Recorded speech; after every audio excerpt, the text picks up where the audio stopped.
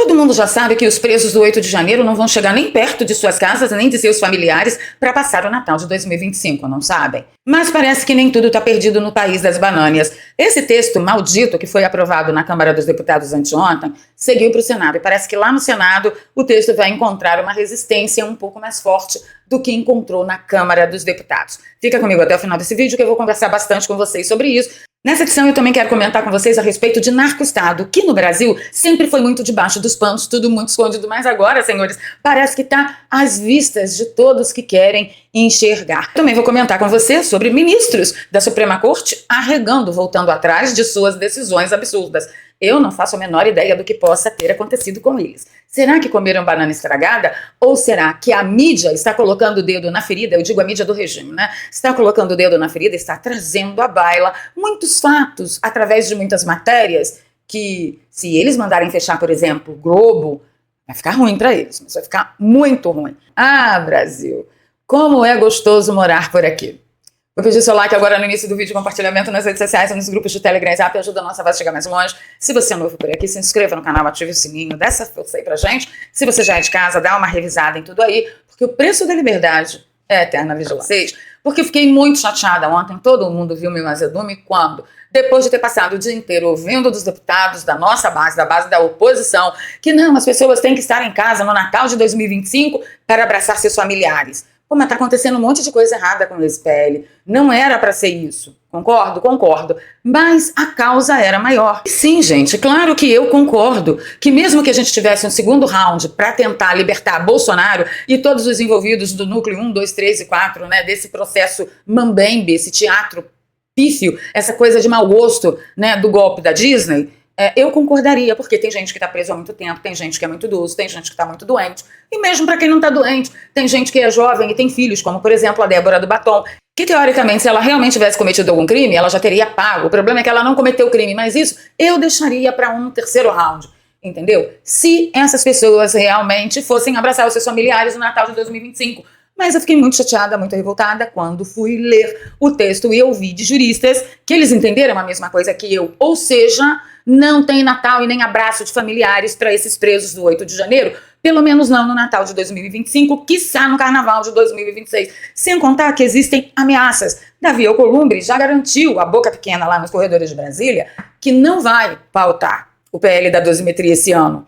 E tem o Gazela Saltitante que diz que vai pedir vistas, que vai demorar, vai grudar nesse PL e não vai deixar andar. Sem contar que se o Senado der ok, sem mexer no texto, vai direto para o Lula. E quando chegar lá no Lula, Lula pode segurar mais 45 dias. Então vocês entenderam que nada será célere nem rápido, como, pelo menos, tentaram vender para mim, porque foi isso que eu vi nas redes sociais.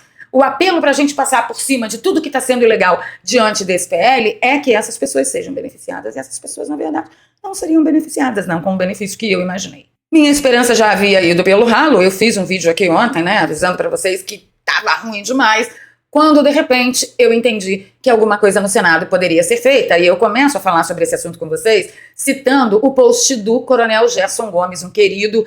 Ele disse o seguinte, ó: o Senado deve alterar o PL da dosimetria. Com os prazos reais de aplicação dos benefícios vindo à tona, parece adequado que o relator no Senado, o senador Esperidião Amin, altere o texto aproximando a uma real anistia. Familiares e vítimas da perseguição política não merecem esse ludibrio, esse engano. É possível que o ambiente no Congresso após o recesso esteja ainda mais favorável à aprovação de um melhor texto modificado pelo Senado. A velocidade agora será realmente vantajosa aos reféns do sistema? E eu penso exatamente como o Coronel Gerson Gomes. É claro que tem que abrir um parêntese aí, porque nós temos pessoas muito doentes, como o próprio capitão Bolsonaro, nosso presidente. Nós temos pessoas muito idosas, como o general Heleno. A gente tem vários pontos de tensão e de preocupação. Mas, gente, vocês sinceramente preferem que seja uma coisa aprovada a toque de caixa para eles terem liberdade daqui 6, 7, 8 meses? Ao invés do Senado bater as coisas na mesa e dizer: vou alterar esse texto, é isso aqui que eu vou devolver para a Câmara, e a Câmara não deve mais arregar o pé. O que vocês acham? Deixa aí nos comentários para mim. A única saída que nós temos é que o Senado altere o texto e devolva para a Câmara. E aí a gente realmente bater em cima de todo mundo. Porque, sinceramente, para que eles foram admitir isso? Para que eles foram aprovar isso? Ó, Só para curtir as férias com a sensação de que fizeram alguma coisa? Mas isso foi benéfico para as vítimas? Foi benéfico para os reféns? Eu estou aqui juntinho com o coronel Gerson Gomes. Tá? A velocidade agora será realmente vantajosa aos reféns do sistema? De novo eu pergunto, põe aí nos comentários para mim. Bem, a Pri, que é uma gracinha e que vive fazendo cortes magníficos a respeito da supervisão que ela faz da mídia do regime lá no X e ajuda pra caramba a gente, sigam a Pri lá.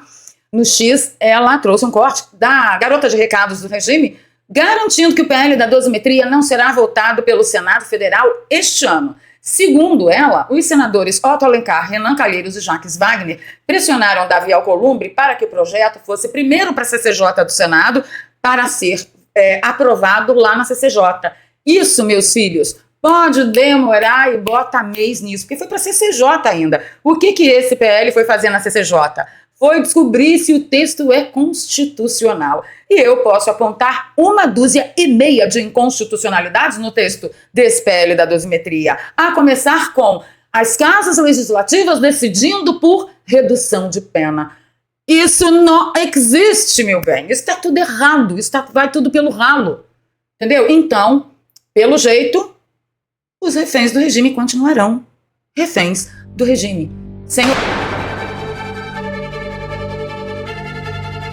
O cupom manteve taxa básica de juros em 15% pela 4ª vez seguida. A taxa Selic permanece, senhores, no maior valor dos últimos 20 anos. E o comunicado fala em manutenção da taxa por período bastante prolongado em cenário de elevadas incertezas e não sinaliza cortes. Sabe o que isso faz com a sua comida, com os seus gastos, com a sua despesa, com a sua luz, com a sua água, com seus empréstimos, com o cartão de crédito? Sabe aquela dívida que você vem enrolando, que nem eu fiz ontem, tô lascada pelos próximos 12 meses? Então, ou é assim ou nós não vive companheiro, né?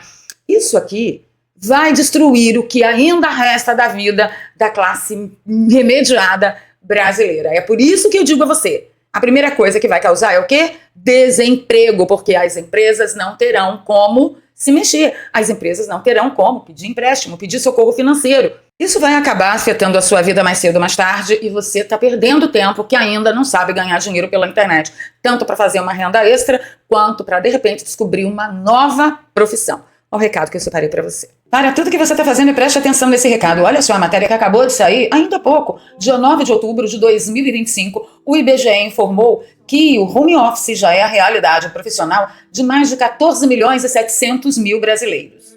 Só para você ter uma ideia, 1 a cada 5 mulheres que trabalham de casa. E no caso dos homens, é 1 a cada 6. Aí você consegue perceber duas coisas, que a situação em home office é mais comum entre as mulheres. Sim, o home office só cresce. E o mais curioso disso tudo é que nessa situação tem gente de tudo quanto é segmento, de tudo quanto é profissão e de tudo quanto é mercado.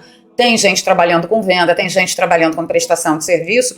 É um universo infinito. Tem gente até ganhando muito bem com plataformas como a Amazon, Magalu e Mercado Livre, que inclusive eu já comentei aqui com vocês sobre as vendas dos produtos que eu faço pela Amazon. Pessoal, para vocês terem ideia do que a gente está falando, as vendas online sem estoque já movimentaram só no ano de 2025 mais de 100 milhões de reais. É um número muito alto. Então sim, tem muita gente trabalhando de casa, mudando de vida e exercendo isso 100% home office. E se esse é o seu sonho, se você também quer aprender como trabalhar de casa, organizar a sua vida, fazer o seu horário, ter liberdade como eu tive de mudar de São Paulo para o Rio de Janeiro mais que urgente para poder socorrer a minha família, então eu super indico para você a Escola de Negócios Digitais do nosso querido amigo Daniel Alvarenga, que também é youtuber de direita. E para acessar a Escola de Negócios Digitais do Daniel Alvarenga é só você clicar no primeiro link que está aqui no comentário fixado e na descrição de todos os nossos vídeos. Clica no link, vai lá no zap do Daniel, diz que você quer entender melhor como que funciona tudo isso. E lá nós vamos liberar para você 3 aulas gratuitas que vai fazer com que você aprenda do que nós estamos falando. E pode ficar despreocupado, porque não é bet, não é tigrinho, não é curso para aprender a vender curso, é trabalho sério, honesto, dedicado, e eu tenho que avisar vocês. É trabalho suado, tá? Você não vai ficar rico fácil, não. Ah, e você que já tem a sua profissão, saiba que você pode exercê-la através do digital. Você só precisa conhecer e dominar as ferramentas para isso. Dá uma olhada no testemunho que a gente recebeu há dias atrás. A Fábrica de Ideias da Cris comentou: eu trabalho em home office desde 2022, hoje sou nômade digital. caminho sem volta. Tá vendo só? Quem começa não quer parar mais. Afinal de contas, na escala 6x1 da CLT, qual o trabalho que vai te oferecer um bom pagamento, bons lucros e você mesmo fazendo o seu horário e estabelecendo as suas prioridades? Eu pago as minhas contas com o digital há pelo menos 10 anos e posso garantir para vocês, se tiver dedicação, seriedade e compromisso, você vai dar uma viradaça na sua vida. Eu espero que você não tenha aquele mau jeito de brasileiro de deixar tudo para a última hora. Então não demora, não perde tempo. Link na descrição e no comentário fixado. Vai lá no zap do Daniel Alvarenga e assiste às aulas, porque isso é de graça, tá bom? E não é engano do PT, não.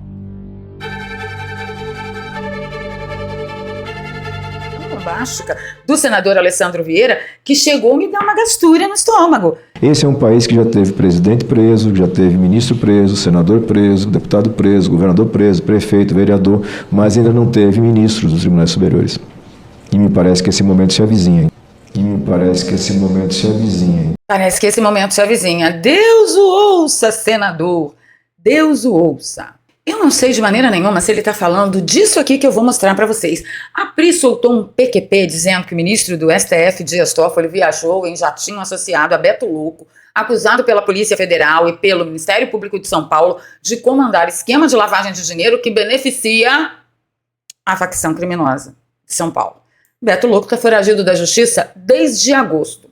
O ministro do STF usou o jato operado pela Táxi Aéreo Piracicaba para ir a evento em resorts de luxo, já teve parentes. Gente, o fato dele ter viajado no jatinho associado ao Beto Louco não quer dizer nada. Vocês estão muito maldosos. Que coração peludo. Ele pode ter ligado para uma agência de táxi aéreo e a agência de táxi aéreo locou exatamente este jatinho que era operado pela Táxi Aéreo Piracicaba.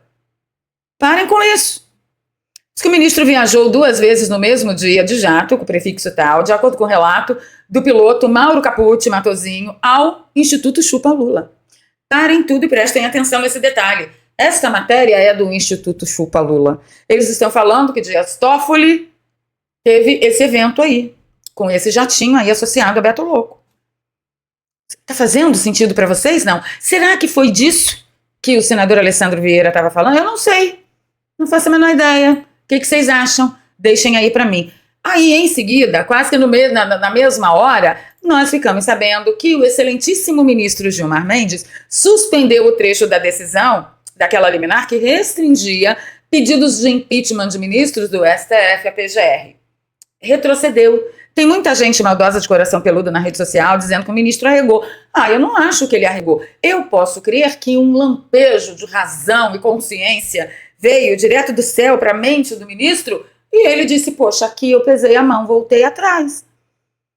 Eu posso pensar assim, não posso? Você acha que ele arregou por causa de matérias que estão pipocando por aí? Ou você acha que ele teve um lampejo de consciência? Deixa nos comentários para mim. A advocacia do Senado pediu que a STF aguarde o Congresso concluir a apreciação do projeto de lei que altera a lei do impeachment. E ele suprimiu o trecho. Mas essa não foi a única notícia que tivemos ontem sobre arregos de ministros do STF. A garota número 2 oficial de recados do regime, ela veio avisar que Dino vai largar a mão de fiscalizar as emendas, porque afinal de contas, se ele não tem apoio da corte, antes dos amiguinhos, sozinho ele não pode fazer verão, né? Flávio Dino, na apuração que eu fiz, avisou em conversas reservadas com colegas que ou ele tem apoio para tocar essas investigações sobre as emendas parlamentares ou o destino, o futuro dessa investigação pode ser a gaveta, pode ir para as calendas. A apuração está lá no meu blog. Lampejo de consciência que veio do céu. Espírito natalino, ho, ho, ho, ho, ho, o amor invade o ar, o amor está no ar. Pode ter sido. Não pode? Ou eu estou sendo Juninha? Agora, uma coisa que a gente pode ter absoluta certeza é disso aqui, ó. Justiça absolve Marcola e outros 159 por prescrição de processo contra aquela facção de São Paulo. O que aconteceu? Prescreveu, filho, acabou, tá todo mundo livre desses crimes, né? Esses que prescreveram não só Marcola, como mais 159 envolvidos no maior processo contra a facção criminosa de São Paulo. Gente, isso não é um país sério. E já que nós estamos falando de criminosos anistiados e hipócritas, a gente tem que falar do aviso que Zé Dirceu deu ontem. Zé Dirceu disse que o Brasil vai viver um momento revolucionário com risco até de intervenção dos Estados Unidos. Meu Deus do céu, o que será que o Zé Dirceu está sabendo que nós não estamos sabendo? Eu sinto, tenho a intuição que o Brasil vai viver um momento revolucionário. Ele sente. Agora, A questão é saber se nós estamos à altura desse momento, nós vamos ser capazes, nesse Congresso, de dotar o nosso partido de um estatuto, de uma organização para enfrentar o desafio, porque o desafio é o risco de guerra. O desafio não é só o que se representaria o golpe triunfante do Bolsonaro em 22. Não, o golpe da Disney, ele está dizendo que não vai ser igual, não. E a repressão que viria. Não, o desafio é a possibilidade dos americanos querem impor a vontade sobre nós. E nós sabemos o que significa se nós perdermos a eleição para a direita brasileira. Então, a reforma da estrutura do partido, a nossa mudança e leitura do momento certo eleitoral e da conjuntura, certo? E a redefinição do nosso programa diz respeito à sobrevivência do próprio Brasil, da sua soberania. Gente, ele fala igualzinho a Maduro, vocês perceberam? Soberania, sobrevivência do próprio partido, do próprio país, e tudo isso é a mesma coisa que soberania. Da própria democracia e da possibilidade do povo brasileiro fazer realmente uma revolução no Brasil. Muito obrigado. Ele está falando de povo brasileiro? Não tem nada a ver comigo, não. Como que ele pretende fazer uma revolução?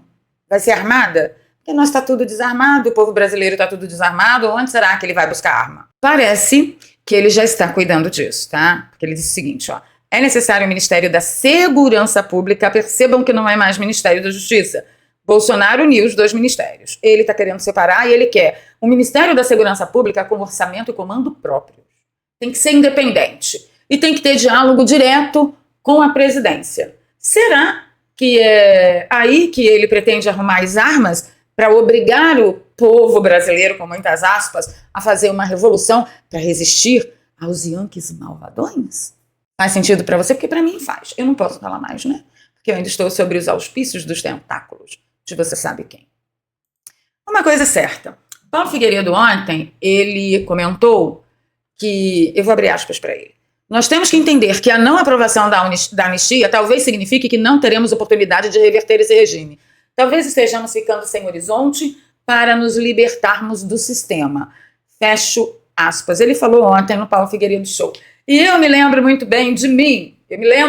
Eu em 2010, gritando, berrando, indo para a rua, pedindo ajuda ao braço armado, à mão amiga do povo, para parar o desmonte que estava acontecendo na organização administrativa do nosso país, porque ali estava o desmonte, ali foi o ápice, não é agora. Agora é só sintoma. Mas naquela época me chamavam de extremista, exatamente quando me chamam hoje. Eu não sei o que eu faço. E eu dizia, vai dar muito ruim. Essa cooptação, essa infiltração, esse povo todo entrando em todos esses ministérios, em todos esses cargos, nós vamos ficar sem defesa. Naquela época diziam, menina, você é muito chapéu de alumínio, deixa de ser extremista, que radicalismo é esse? Pare com isso! Nada acabou! Eu dizia, né? O país acabou, gente, olha isso aqui. Aí diziam, não, nada acabou, deixa de ser boba. Mas eu já dizia. Aí ontem o Paulo Figueiredo falou, olha, a não aprovação da anistia pode ser um sintoma de que a realidade seja, não há mais ferramentas institucionais para nós retomarmos o país. Eu já sabia disso há um tempo. Eu já levava essa possibilidade em conta há um tempo. E eu espero, sinceramente, que Paulo Figueiredo esteja errado. E eu também. O que você acha? Deixa aí nos comentários para mim. Ficando por aqui, pedindo seu like, seu compartilhamento e a sua oração pela dona Michele, que teve que se afastar do PL, só retorna na terça-feira que vem, porque ela está, pelo menos o informado, foi que ela teve um problema de saúde, né, na coluna. Então, orem pela dona Michele. Vamos lá, ficando por aqui, pedindo seu like, seu compartilhamento, se você gosta do meu trabalho, aqui tem um pix, doar@valeria@gmail.com, por favor, continue nos apoiando, nos apoie, qualquer valor é muito bem-vindo, nós estamos precisando bastante. Na descrição eu também deixo 2 contas bancárias e uma conta no PayPal, para você que nos acompanha de fora do Brasil, tá bom? Conto com você, encontro com vocês nos comentários. E aí, alguém aí já viu as minhas respostas em vídeo, os comentários de vocês? Conta pra mim, o que vocês acharam? Gostaram? Continuam ou não? Beijo no coração. Fui.